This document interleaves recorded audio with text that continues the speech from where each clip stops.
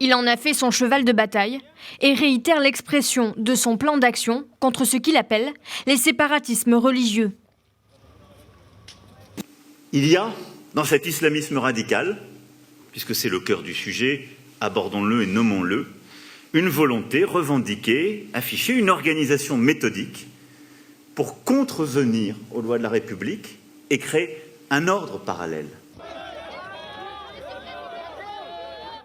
Emmanuel Macron a également évoqué la neutralité des services publics, notamment dans les transports, et la pénalisation des certificats de virginité délivrés par certains médecins avant un mariage religieux, ou encore la scolarisation à domicile qui concerne quelques dizaines de milliers d'élèves. Emmanuel Macron a présenté les grandes lignes de la stratégie de la République en actes. En premier lieu, un renforcement et une modification de la loi de 1905 sur la séparation de l'Église et de l'État, dont certains articles sont jugés obsolètes. Le président français a évoqué des clauses anti-putsch afin d'éviter toute prise de contrôle inopinée d'un prédicateur radical dans un lieu de culte.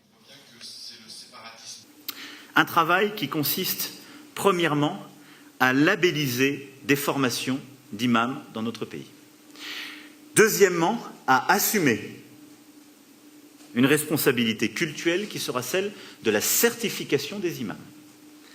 Troisièmement, d'écrire une charte dont le non-respect entraînera révocation des imams.